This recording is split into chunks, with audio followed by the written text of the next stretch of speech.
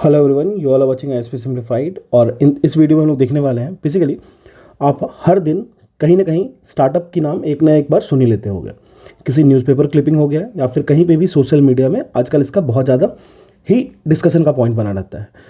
तो हम लोग समझते हैं बेसिकली मेरा मेन एम ये है इस वीडियो का कि आप अगर एग्ज़ाम में आपको या फिर एग्ज़ाम हो गया, प्रीलिम्स हो गया या मेंस हो गया या कहीं पे भी इंटरव्यू में अगर आप पीसीएस के स्टूडेंट हो या फिर यूपीएससी की तैयारी कर रहे हो, तो आपको अगर स्टार्टअप्स के बारे में कुछ आइडिया अगर आपको लेना है तो आप किस तरीके से उसको रिप्रेजेंट करोगे। आप मेंस में यूज कर सकते हो, साथ में इंटरव्यू में यूज कर सकते हो, प्रीलिम्स में भी इससे क्वेश्चंस बन सकते हैं। तो स्टार्ट करते हैं विदाउट एनी डिले। वीडियो को छोटा रखेंगे लेकिन कंटेंट आपको सारा मिल जाएगा। सबसे पहले हम लोग ये समझते हैं कि कोई भी कंपनी या कोई भी एंटिटी आप उसको एक स्टार्टअप कब कहोगे। क्या ऐसा हो सकता है क्या कि आप कहीं से भी कुछ भी खोल लिए, कोई छोटी सी स्टॉल लगा लिए और कह दिए कि this is my startup and yes we are working as a startup. तो no, you can not say this. तो बेसिकली आपको क्या क्राइटेरिया फुलफिल करना पड़ेगा, क्या पैरामीटर्स को फुलफिल करना पड़ेगा।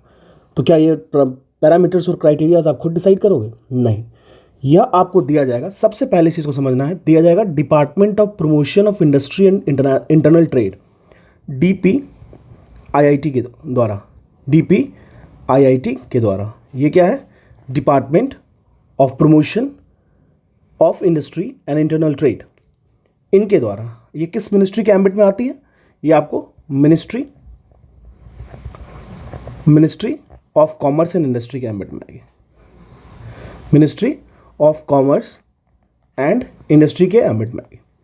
ठीक है, ये आपको सबसे पहला चीज़ समझना है कि अगर आपको स्टार्टअप कहलाना है तो आपको इनके द्वारा कुछ क्राइटेरिया को लाया गया है, उस क्राइटेरिया को आपको फुलफिल करना होगा। ठीक है, चलिए अगर हम लोग बात करें इंडिया में स्टार्टअप स्कीम के अंदर, तो कुछ कंडीशंस एंड क्राइटेरियाज हैं। पहले उसको समझ लेते हैं क्योंकि वो जानना सबसे ज़्यादा ज़रूरी है, तभी किसी चीज़ को आप स्टार्टअप कह सकते हो। कंडीशन क्राइटेरिया की बात करें तो सबसे पहले बात करते हैं कंपनी के एज की। ठीक है, अगर हम लोग कंपनी के एज की बात करें तो वो जो कंपनी होगा ना, उसकी एज ऑफ एग्जिस्टेंस होगी, पीरियड ऑफ एग्जिस्टेंस कह लो या ऑपरेशंस कह लो, वो 10 साल से ज़्यादा नहीं होना चाहिए। Should not exceeding 10 years, should not exceeding 10 years from the age और डेट ऑफ इनकॉर्पोरेशन। ठीक है, तो ये पहला कंडीशन हो गया। क्लियर है? दूसरा कंडीशन मैं आपको कहूँगा कि कंपनी का टाइप क्या होना चाहिए। कंपनी का टाइप क्या होना चाहिए? बिल्कुल, आपकी टाइप भी तो डिपेंड करेगी ना। तो एक चीज़ समझ लिए कि या तो आप प्राइवेट लिमिटेड हो सकते हैं, ठीक है, या फिर आप एक पार्टनरशिप फर्म हो सकते हैं, ठीक है, या फिर एक लिमिटेड लायबिलिटी पार्टनरशिप फर्म भी आप हो सकते हैं। मतलब आप पे बहुत ज़्यादा लायबिलिटी नहीं है लेकिन आप लिमिटेड लायबिलिटी पार्टनरशिप फर्म की तरह भी बिहेव करोगे, तो आपको एज ए स्टार्टअप कंसिडर किया जाएगा। ठीक है, ये दोनों कंडीशन। अब हम लोग बात करते हैं टर्नओवर की बात करेंगे। तो एनुअल टर्नओवर क्या होगा किसी भी कंपनी के, किसी भी प्राइवेट फर्म के स्टार्टअप कहलाने के लिए? तो एक चीज़ याद रखिएगा कि आपकी एनुअल टर्नओवर जो होगा वो 100 करोड़ से, जब से आप बने हो, इनकॉर्पोरेट हुए हो, तब से आपकी 100 करोड़ से ज़्यादा आपकी एनुअल टर्नओवर नहीं होनी चाहिए। So your annual turnover should not exceeding ₹100 crore for any of the financial year जब से आप बने हो। ठीक है, तो ये 3 कंडीशन हो गई। चौथा कंडीशन देख लेते हैं। आखिर ओरिजिनल, एक तो पहली बात जान लो, ओरिजिनल एंटिटी होनी चाहिए।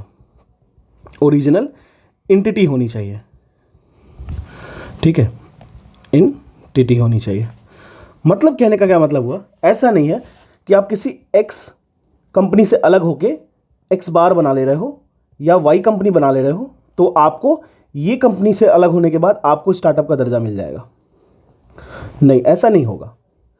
मतलब अगर आप किसी भी बिजनेस से, ऑलरेडी एग्जिस्टिंग बिजनेस से स्प्लिट करके रिकंस्ट्रक्ट किए हो खुद को, तो आप एज ए स्टार्टअप काउंट नहीं होगा आपका।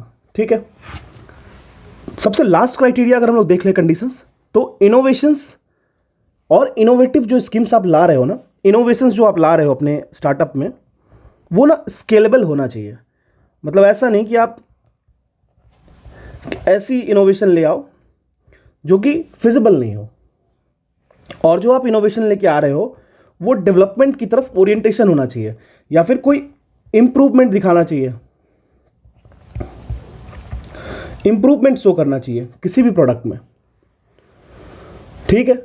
और एक चीज़ और है कि जो भी आप करोगे उसमें बहुत ज़्यादा पोटेंशियल होना चाहिए, शुड हैव मोर पोटेंशियल और हाई पोटेंशियल, कि वो वेल्थ क्रिएट करे एंड एम्प्लॉयमेंट क्रिएट करे। समझ में आ रहा है? अगर आप इस पॉइंट को रख रहे हो, इतना पॉइंट को, तो आप ये बता सकते हो कि yes, these are the following points we should consider in situate in our mind, that these are the definitions of startups in India. Clear है? इसके बाद हम लोग उसके बारे में कुछ और समझते हैं, स्कीम्स को समझेंगे, इशूज़ को समझेंगे, आखिर इंडिया में क्या हो रहा है, स्टार्टअप इंडिया में खुलता है लेकिन वो बाहर क्यों शिफ्ट हो जाता है, स्टार्टअप में गवर्नमेंट क्या फंड कर रही है, वुमेन एम्पावरमेंट में किस तरीके से स्टार्टअप मदद कर रही है, एम्प्लॉयमेंट जनरेशन में किस तरीके से स्टार्टअप मदद कर रही है, फिर एक तरीके से फंडिंग इशू क्या आ रहा है स्टार्टअप में, ये सब चीज़ को समझते हैं। अब हम लोग बात करते हैं कि जो इनिशिएटिव्स लॉन्च किए गए हैं कि किस तरीके से स्टार्टअप्स को प्रमोट किया जाएगा। देखिए, जो गवर्नमेंट है वो काफ़ी ज़्यादा मदद करने की कोशिश कर रही है स्टार्टअप्स को, जिससे इंडिया की इकॉनमी में सपोर्ट मिले, इंडिया के एम्प्लॉयमेंट जनरेशन में सपोर्ट मिले, वुमेन एम्पावरमेंट में सपोर्ट मिले, और R&D में अच्छा खासा इफेक्ट पड़े, ठीक है, नए नए इन्वेस्टमेंट्स को ट्रैक कर पाए, साथ में ही बहुत सारी डेवलपमेंट हो सके। अगर हम लोग अभी की बात करें तो इंडिया जो है वो 3rd लार्जेस्ट स्टार्टअप इकोसिस्टम है पूरे वर्ल्ड में। आप समझिए, इंडिया जो है वो 3rd लार्जेस्ट स्टार्टअप इकोसिस्टम है पूरे वर्ल्ड में, 3rd लार्जेस्ट है, ठीक है। इस बात का ध्यान रखिएगा। 98,000 स्टार्टअप्स जो है 2023 में, ठीक है, 2023 तक इंडिया में है, 428 था 2016 में। आप समझो कितना ज़्यादा डीप इम्पैक्ट है। इसमें से 108 जो है यूनिकॉर्न्स हैं। यूनिकॉर्न्स कहने का मतलब ये हुआ जिनकी वैल्यूएशंस जो है वो $1 बिलियन से ज़्यादा है। ये मैं आपको जो डाटा बताया अभी वो आपको मई 2023 तक की डाटा है, ठीक है। अब हम लोग देखते हैं कि आखिर इनिशिएटिव्स क्या लिए गए हैं, आखिर गवर्नमेंट किस तरीके से सपोर्ट कर रही है स्टार्टअप कल्चर को, ठीक है। पहला है स्टार्टअप इंडिया 2016। अगर हम लोग स्टार्टअप इंडिया 2016 की बात करें, लॉन्च हुआ 2016 में। किसके द्वारा एडमिनिस्ट्रेट किया जाता है? यह एडमिनिस्ट्रेट किया जाता है ministry of commerce and industry के द्वारा। Startup India investor connect portal बनाया गया। किसके द्वारा स्टार्टअप इंडिया कनेक्ट पोर्टल बनाया गया? स्टार्टअप इंडिया कनेक्ट पोर्टल की बात करें तो ये आपको सिडबी के द्वारा बनाया गया, सिडबी के द्वारा, ठीक है, क्लियर है। अब देखिए कुछ और फंडिंग मैकेनिज्म को समझते हैं। पहला फंडिंग मैकेनिज्म है startup India seed fund scheme. Startup India seed fund scheme, यह आया 2021 में, ठीक है। दूसरा है FFS स्कीम, जिसको कहते हैं फंड्स ऑफ स्टार्टअप्स, 2016 में आया है, ठीक है। तीसरा आया credit guarantee scheme for startup, CGSS, 2022 में आया है। ये तीनों अगर आपको ध्यान रखें तो आपकी जो मेंस आंसर राइटिंग है ना, उसमें आपको बहुत ही पॉजिटिव इंपैक्ट पड़ेगा, ठीक है, क्योंकि इससे पता चलता है कि आप गवर्नमेंट के जो इनिशिएटिव्स हैं उस पर ज़्यादा फोकस कर रहे हो और आपको पॉइंट टू द पॉइंट दिमाग में कंसोलिडेटेड है, ध्यान रखना होगा, ठीक है। कुछ प्लेटफॉर्म्स हैं जो फैसिलिटेट कर रहे हैं स्टार्टअप्स को। पहला है NIDHI. NIDHI stand for National Initiative for Developing and Harnessing Innovation. National Initiative for Developing and Harnessing Innovations. So basically focusing on innovation skills. किसके द्वारा लाया गया ये? तो Department of Science and Tech, जिसको दोस्त कहते हैं। ये लाया कब गया था? 2016 में, क्लियर है। सेकंड बात कर ले, आईडेक्स लाया गया। IDEX stand for innovations for defence excellence. ये लाया गया आपको मिनिस्ट्री ऑफ डिफेंस के द्वारा। कब लाया गया? 2018 में। MeitY, Ministry of Information and IT, electronics and IT, startup hub लाया MSH to facilitate startups. Last, Rashtriya Krishi विकास योजना लाया गया। बेसिकली यह एक अप्रोच है एग्रीकल्चर एंड एलिड सेक्टर रेजुविनेशन के लिए। याद रखिएगा, एग्रीकल्चर एंड एलिड सेक्टर रेजुविनेशन के लिए। देखिए एक चीज़ देखा गया ना कि स्टार्टअप तो आ रहा है इंडिया में, no doubt in that, startup is working और बहुत अच्छे से पीक कर रहा है, थर्ड लार्जेस्ट स्टार्टअप कल्चर हम लोग बने हैं। लेकिन एग्रीकल्चर में बिल्कुल ध्यान नहीं है स्टार्टअप का, ठीक है। हो सकता है प्रॉफिटेबिलिटी की बात हो, बहुत सारे रीजंस हैं, तो ये चीज़ भी आपको फोकस करना होगा, ठीक है। ये सारे फंडिंग मैकेनिज्म थे। अब हम लोग बात करते हैं कि आखिर स्टार्टअप का इम्पैक्ट क्या रहा। स्टार्टअप तो बनी, उसकी इम्पैक्ट्स क्या हुआ। देखिए सबसे पहला तो आपको पता होगा, एम्प्लॉयमेंट जनरेशन में काफ़ी ज़्यादा हेल्प मिला। लगभग हम बात करें तो 47% जो है, जितने भी रिकॉग्नाइज्ड स्टार्टअप्स हैं वो या तो टियर 2 सिटी में है या टियर 3 सिटी में है। अब जहाँ पे जिस सिटी में स्टार्टअप ये खुला, वहाँ पे क्या होगा, एम्प्लॉयमेंट अपॉर्चुनिटी प्रोवाइड की जाएगी। बहुत सारे लोग होंगे ऐसे जो उस स्टार्टअप से जुड़ेंगे, तो यहाँ पे एम्प्लॉयमेंट अपॉर्चुनिटी तो क्रिएट हुआ ऑब्वियसली। सेकंड, अगर हम लोग बात करें इम्पैक्ट की, तो वुमेन एम्पावरमेंट पे काफ़ी ज़्यादा इफेक्ट पड़ा है देखने को। यहाँ पे मैं नहीं कह रहा हूँ या गवर्नमेंट नहीं कह रही है, डाटाज कह रहे हैं। वुमेन एम्पावरमेंट की बात करें तो यहाँ पे भी 47% जो रिकॉग्नाइज स्टार्टअप्स हैं हमारे कंट्री में, उनके पास कम से कम एक वुमेन डायरेक्टर है। मतलब समझ लो 47 जो स्टार्टअप्स रिकॉग्नाइज्ड हैं हमारे कंट्री में, 47% out of total startups, that is 98,000 startups, उसमें 47% में आपको 1 वुमेन डायरेक्टर हर एक स्टार्टअप में देखने को मिलेगी। इससे क्या हो रहा है, तीसरा इंपैक्ट क्या है, rise in research and development, नए आइडिया एंड इनोवेशंस का डेवलपमेंट हो रहा है। जैसे कि आप मान लो डीप टेक स्टार्टअप की बात कर लो। डीप टेक स्टार्टअप की बात करने की क्या मतलब हो गया, मतलब सीधी सी बात है, डीप टेक की हम जब भी बात करेंगे हमें आउट ऑफ द बॉक्स जाके सोचना होगा, ठीक है। किसी भी क्लाइंट का कोई भी अगर काम है, मिशन मुझे दिया गया है, मान लो किसी स्टार्टअप को दिया गया है, तो उसको हम लोग R&D के थ्रू लगेंगे उस पर और उसको करके दिखाएंगे। फेल भी होते हैं बट करने का अप्रोच भी अच्छा रहता है। आप एक एग्जांपल ले सकते हो, ठीक है। इंडिया में इंडियन स्पेस रिसर्च ऑर्गेनाइजेशन को सपोर्ट कर रहा है स्काईरूट एरोस्पेस। आप एक बार गूगल करके देखना, आपको पता चलेगा इसके बारे में, ठीक है। चलिए एक चीज़ और समझिए, आखिर एक और बेसिक सा इम्पैक्ट है स्टार्टअप्स का कि ये प्रमोट करता है डेमोक्रेटाइजेशन को, हमारे टेक्नोलॉजी को बढ़ा के इनकल्सिविटी को बढ़ाता है।